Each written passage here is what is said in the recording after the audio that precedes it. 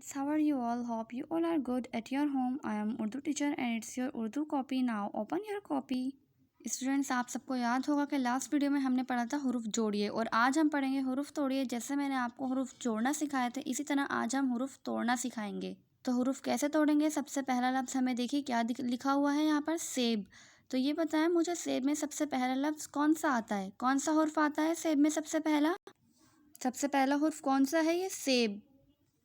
तो यहाँ हम सबसे पहले लिखेंगे सीन। बनाए मेरे साथ, सीन। सीन के बाद हमें दूसरा हुर्फ कौन सा दिया गया है? ये। तो ये कैसे लिखेंगे हम? देखिए,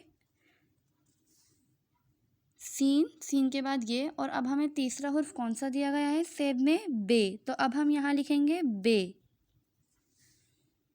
स्टूडेंट्स देखिए, पहला लफ्ज़ तो हमने कंप्लीट कर लिया। अब हम करेंगे दूसरा लफ्ज़। दूसरा लफ्ज़ हमें क्या दिया हुआ है? आम। और आम में सबसे पहला हुर्फ कौन सा आता है?